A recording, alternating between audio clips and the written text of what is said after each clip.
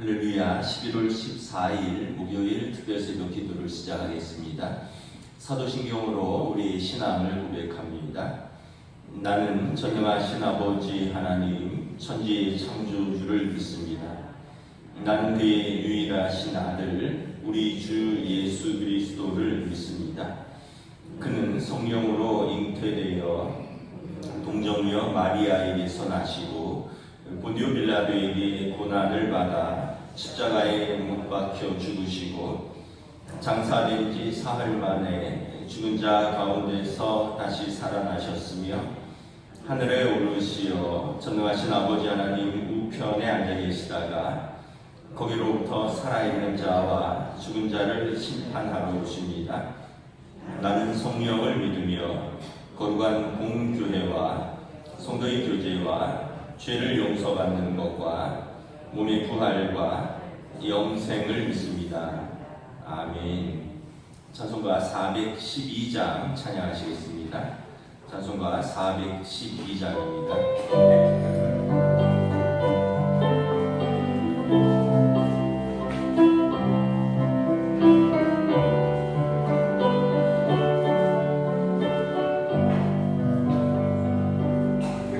내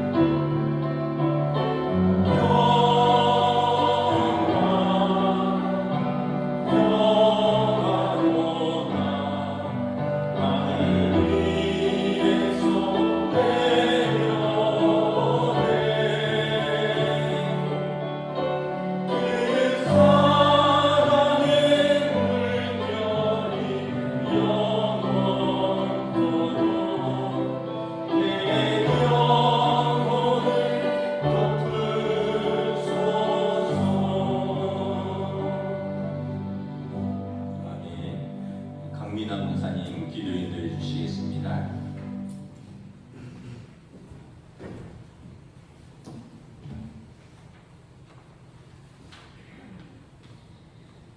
너는 마음을 다하고 뜻을 다하고 힘을 다하여 내 하나님 여호와를 사랑하라.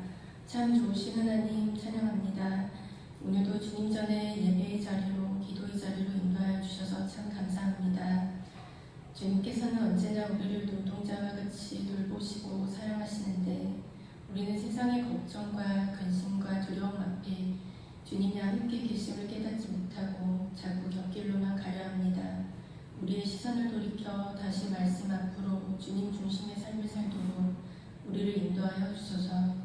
말라기 말씀을 통해 하나님의 주권적이고 변함없는 사랑을 깨닫게 하시고 주님께서 우리에게 원하신 모습이 어떠해야 하는지도 돌아봅니다. 주님의 자녀로서 주님을 찬양하는 예배자로서 주님이 사랑하시는 동원교회 언약 공동체의 일원으로서 자기 자신을 돌아보아 하나님 아버지께 우리 각자의 믿음의 고백으로 응답하는 삶을 살기 원합니다. 주님 우리를 도와주세요. 이 시간 말씀을 통하여 주실 은혜를 사모합니다. 우리 안에 냉랭한 마음을 거두고 감사와 은혜가 넘쳐나는 시간 되길 기도합니다. 말씀 전하시는 목사님 위에 성령으로 함께 하시고 전하시는 말씀 가운데 우리들도 아멘으로 응답하는 시간 되길 기도합니다. 이 모든 말씀 우리를 사랑하시는 주 예수님 이름으로 기도드립니다. 아멘.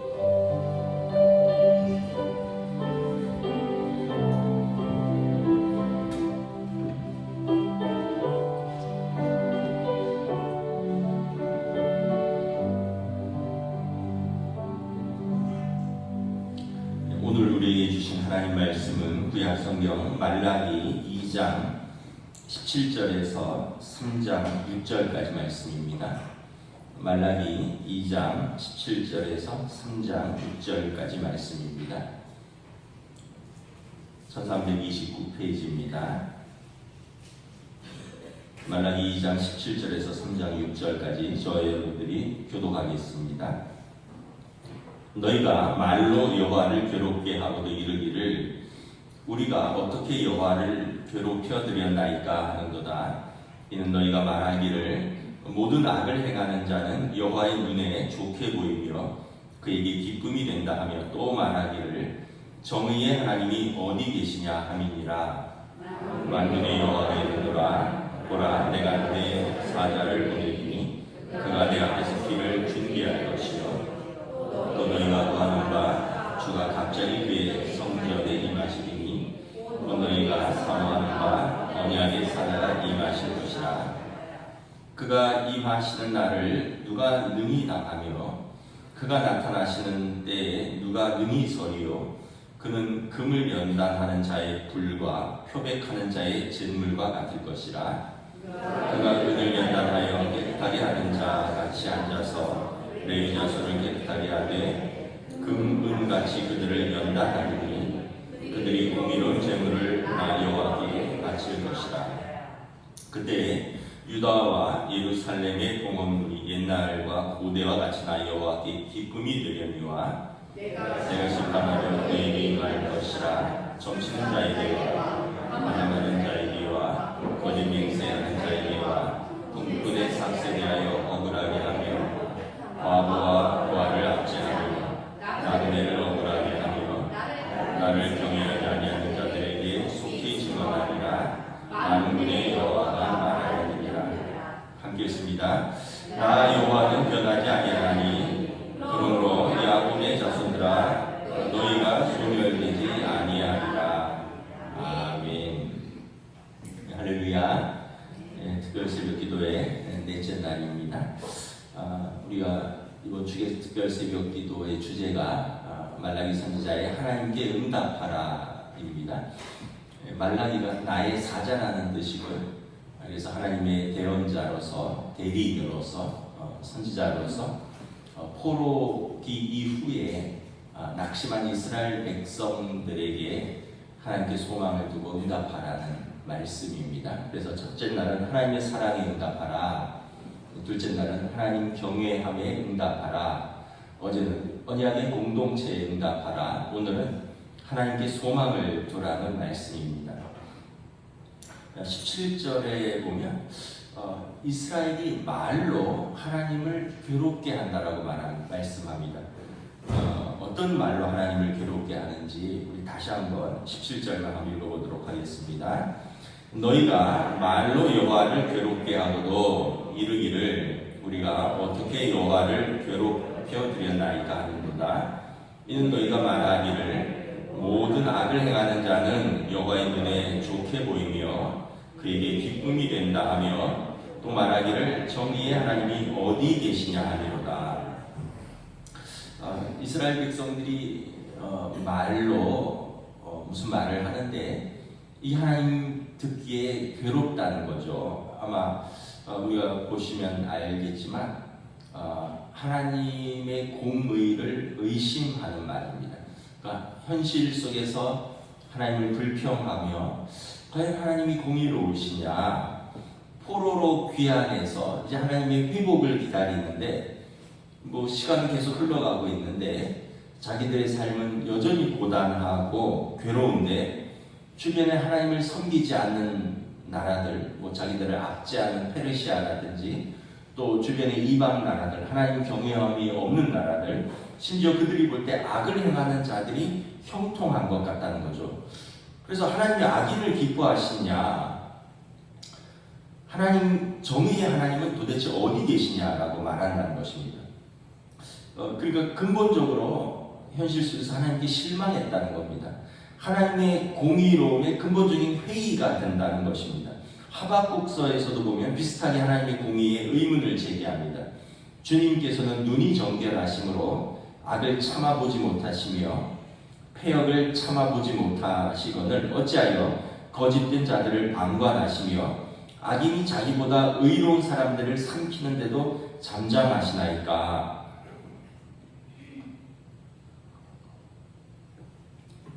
우리도 이런 비슷한 현실 속에서 비슷한 불평을 합니다. 악인은 형통한 것 같고 의인은 고난 당하는 것 같은데 과연 하나님 살아계십니까? 과연 하나님은 공의로우십니까? 사실 우리가 뭐 의인은 아니지만 그래도 믿음을 가지고 하나님 앞에서 믿음으로 살려고 발버둥 치지 않습니까? 그러면 우리를 좀 하나님 불쌍히 여기시고 좀 봐주셔야지. 우리 형편은 그렇게 펴는 것 같지 않고 우리 삶은 이것저것 뭐 여전히 어려운데 주변에 보니까 하나님 경외함이 없는 불신자들, 또 심지어는 명백하게 남을 해하기도 하고 모략하기도 하고 속이기도 하고 불법을 행하는 자들이 승승장구할 때 우리는 시험에 들기도 합니다. 하나님 어떻게 이럴 수 있습니까? 정말 하나님 공의로우십니까? 하나님의 공의로운 통치는 어디 갔습니까? 하나님 실망했습니다. 근데 17절에 보면 이 현실 속에서 성도들도 괴롭지만 이러한 성도들의 믿음 없는 말과 하나님에 대한 어떤 실망스러운 말에 들으시는 하나님도 괴롭다는 것입니다. 그러면서 말라기 선지자를 통하여 하나님이 답변하십니다. 오늘 보면 3장 1절 우리 함께 읽습니다. 시작. 만군의 여호와께 이르노라 보라 내가 내 사자를 보내리니 그가 내 앞에서 길을 준비할 것이요 또 너희가 구하는 바 주가 갑자기 그의 성전에 임하시리니 곧 너희가 사모하는 바 언약의 사자가 임하실 것이라. 말라기 선지자를 통한 하나님의 답변은 무엇이냐 하면 소망 없고 믿음 없는 질문자들에게 믿음의 눈을 들어서 메시아가 오실 날을 기다리라고 말합니다. 메시아가 오시는 날, 여호와의 날을, 주의 날을 바라보라는 것입니다. 그때 주의 날에 너희가 사모하는 메시아가 성전에 임재하시어 좌정하실 것이다 라는 것입니다.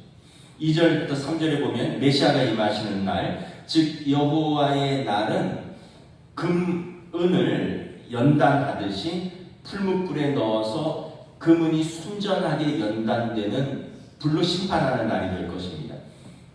잿물로 얼룩을 표백하듯이 모든 것이 깨끗하게 정화되는 심판의 날이 될 것입니다. 4절을 보면 여호와의 날은 악인에게는 심판의 날이 될 것이요 너희 의인들에게는 하나님이 기뻐하며 예배를 받으시는 구원의 날이 될 것입니다. 그때 유다와 예루살렘이 처음 하나님 앞에 예배 드릴 때처럼 그때 하나님의 기쁨이 되며 그들은 하나님 앞에서 은혜를 받으실 것이다 라는 것입니다.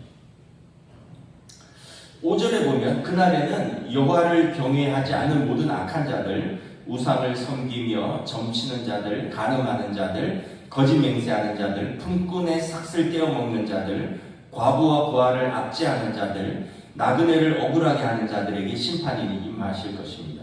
여호와의 날 메시아께서 당신의 백성을 구속하러 오실 때에 놀라운 반전이 일어날 것입니다. 그때 이 땅에서 형통한 것 같은 자들 그리고 의인을 압제하던 자들에게 하나님이 의인들을 대적하여 손을 든 악인들에게 값비싼 대가를 치르게 하실 것입니다. 주께서 친히 손을 들어 자기 백성을 위해 복수하실 것입니다. 그러므로 6절입니다. 6절 함께 읽도록 하겠습니다. 나 여호와는 변하지 아니하나니 그러므로 야곱의 자손들아 너희가 소멸되지 아니하리라. 이스라엘 야곱의 자손들아 그때 너희는 소멸되지 않고 하나님이 보존하시리라 라는 것입니다. 메시아가 오셔서 자기 백성을 불쌍히 여기시고 회복시키실 것입니다. 그러므로 의인은 어떠한 경우에도 언약의 변함이 없으신 공의의 하나님께 소망을 두라는 말씀입니다. 그 말라기 선지자를 통한 하나님의 말씀은 당장 눈에 보이는 현실은 악인이 형통한 것 같고 의인이 버림을 받고 고난을 당하는 것 같지만 너무 낙심하지 말라는 것이에요. 주의 날까지 악인에 대한 벌이 유보되었을 뿐이라는 것입니다. 마찬가지로 의인에 대한 복도 유보되는 것이라는 겁니다. 미루어진 것이라는 거죠. 주의 날에 반드시 그 상과 벌이 있을 것입니다. 그러므로 흔들리지 말고 믿음을 가지고 하나님께 소망을 두라는 것입니다. 유보된 이유는 악인에게 회개할 기회를 주기 위함이고 의인들에게는 하늘의 상을 더 쌓을 수 있는 기회를 주시는 것입니다. 지금 당장 결과가 나타나지 않는다 할지라도 하나님의 공의를 믿고 하나님께 소망을 두라는 것입니다. 성경에 보면 누구보다도 불의한 현실 속에서 하나님께 소망을 둔 믿음의 사람들이 있습니다. 많지만 제가 두 분만 말씀을 드리면 먼저는 다윗 왕입니다. 시편 18편에서 다윗은 고백합니다. 주님은 나의 반석, 나의 요새, 나를 건지시는 분, 나의 하나님은 내가 피할 바위, 나의 방패, 나의 구원의 뿔, 나의 산성이십니다. 이 본문에 보면 시편 18편에 보면 반석, 요새, 바위, 산성 이런 단어들이 굉장히 많이 나옵니다. 이게 이스라엘의 그 지형을 좀 이해를 해야 되는데 제가 성지순례를 갔더니 마사다 요새라는 곳을 방문을 했었습니다. 여기는 이제 AD 70년경에 로마가 예루살렘을 완전히 이제 짓밟습니다. 그때 이 마지막까지 남아서 무려 2년 동안 저항한 곳이 마사다 요새입니다. 왜 그 막강한 로마군이 마사다 요새를 정복할 수 없었냐면 제가 가보니까 3면이 아주 커다란 그 가파른 천혜의 절벽으로 둘러싸여 있고요. 한쪽으로는 아주 좁고 가파른 길로 좁은 길이 나 있습니다. 그러니까 3면으로는 아예 올라올 수도 없고요. 한쪽으로만 접근 가능한데 여기는 길도 좁고 경사가 가파른 거죠. 여기만 지키면 뭐 아무리 강한 로마군도 못 들어오는 겁니다. 그래서 무려 2년을 항전한 곳입니다. 그러니까 다윗은 그 시대에 이곳으로 이런저런 곳으로 도망을 다니면서 환난 때에 내가 의지할 수 있는 분, 대적의 공격으로부터 피할 수 있는 안전한 이 피신처 이곳이 나에게 있다는 겁니다. 이 반석이라는 단어가 하주르인데 하주르는 말씀 그대로 아주 든든하여 누구도 무너뜨릴 수 없는 그 커다란 안방을 의미하는 것입니다. 하나님이 나의 하주르 되신다는 겁니다. 하나님이 나의 반석이 되시고 피할 요새가 되시는 든든한 분이다. 그러므로 나는 낙심하지 않는다는 거예요. 다윗 왕은 고난이 올 때마다 이 자신을 피하는 그 바위들을 보는 거예요. 야, 여기 아무도 쉽게 접근할 수 없는 곳. 이곳으로 피하면 나의 대적이 쉽게 나를 공격할 수 없는 곳. 이 반석에 내가 피하 있는데 하나님이 나의 이 하주루가 되신다. 오늘도 하나님은 나의 반석이요 구원의 요새가 되신다. 라는 고백입니다. 욥도 이유를 알 수 없는 고난 속에서 끝까지 하나님께 신뢰를 두고 하나님께 소망을 잃지 않았습니다. 심지어 욥은 자녀들이 죽었다라고 종들에게 소식을 들었을 때 이렇게 말했습니다. 모태에서 빈손으로 태어났으니 죽을 때도 빈손으로 돌아갈 것이 아니냐. 주신 분도 주님이시요 가져가시는 분도 주님이시니 주님의 이름을 찬양할 뿐입니다. 이거는 정말 하기 어려운 고백이죠. 자녀들이 죽었어요. 부모가 그 이야기를 들었는데 주신 분이 하나님이시니 데려가시는 분도 하나님이시고 나는 하나님의 이름을 찬양할 뿐이다. 내가 어떻게 하겠느냐. 하나님이 창조자이시오 하나님이 최종 심판자이시니 그분의 의로움을 내가 어찌 의심하고 내가 어찌 판단할 수 있겠느냐라는 것입니다. 2세기경에 로마 총독은 갈릴리의 랍비 하니나 벤 테라디온을 체포해서 그 로마 황제를 숭배하는 이 명령을 거부하고 여전히 유대인들에게 유일신 하나님을 가르치고 토라를 가르치는 이 랍비를 그가 가르치는 토라 두루마리와 함께 산채로 화형에 처할 것을 명령합니다. 이때 랍비가 이렇게 대답합니다. 하나님은 내 밧줄, 내 반석이시니 하시는 일마다 완전하고 그의 모든 길은 옳습니다. 로마인들은 랍비의 아내에게도 이렇게 통보합니다. 당신의 남편은 화형을 선고받았고 당신도 처형될 것이요. 그러자 랍비의 아내가 이렇게 대답합니다. 거짓이 없고 진실하신 하나님께서 하시는 일은 항상 옳으십니다. 로마인들이 랍비의 딸에게 이렇게 통보합니다. 내 부모는 처형당할 것이고 너는 노예시장에 팔려갈 것이다. 그러자 랍비의 딸이 이렇게 대답합니다. 주님께서 계획하는 일은 크시고 실천하는 힘도 강하시나니 사람들의 모든 삶을 감찰하시고 각자의 행동과 행실의 결실에 따라서 친히 갚아주실 것을 믿습니다. 로마인들이 이렇게 말합니다. 이들이 믿는 하나님은 도대체 어떤 하나님이냐?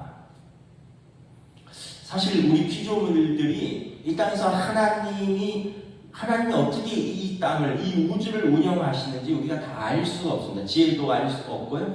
또 완벽하지 않습니다. 우리는 완전하지 않고 불완전한 존재입니다. 피조물인 인간이 전체 그림을 볼 수 있는 능력이 없습니다. 인간은 지극히 불완전하고 연약해서 젊어서는 지혜가 없어서 못 보고 못 듣는 것이 있고요. 늙어서는 육신이 쇠약해져서 안 보이고 안 들리는 것들이 있습니다. 제가 몇 년 전부터 눈앞에 날파리가 날아다니더라고요. 처음에는 몰랐어요.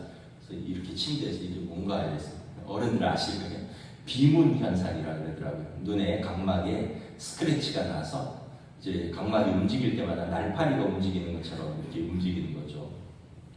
작년부터는 귀에서 삐 소리가 나요. 이명 현상이래요. 근데 이게 뭐 계속 나는 건 아니기 때문에 병원에서 뭐라 그러냐면 좀 웃긴데 나이가 들어서 청력이 감소하면서 자연스럽게 발생하는 이명인지 피곤해서 일시적으로 나타나는 이명인지 잘 모르지만 계속 지속되고 생활할 정도로 불편하지 않으면 마땅히 치료 방법이 없습니다. 뭐 이러시더라고요. 근데 뭐 좀 피곤하면 사실 지금도 삐 소리가 귀에서 나요. 삐 소리가.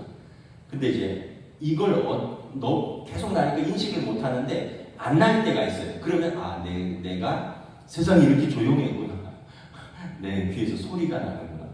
이게 태어나서 처음 일어나는 아주 당황스러운 현상이죠. 근데 어른들은 다 이미 경험하셨고 저보다 심하게 경험하시는 분도 있을 것이고 이게 좀 50이 넘어가니까 뭐 눈에 뭐 날아다니는 것도 귀에서 삐 소리도 나고 뭐 그렇습니다.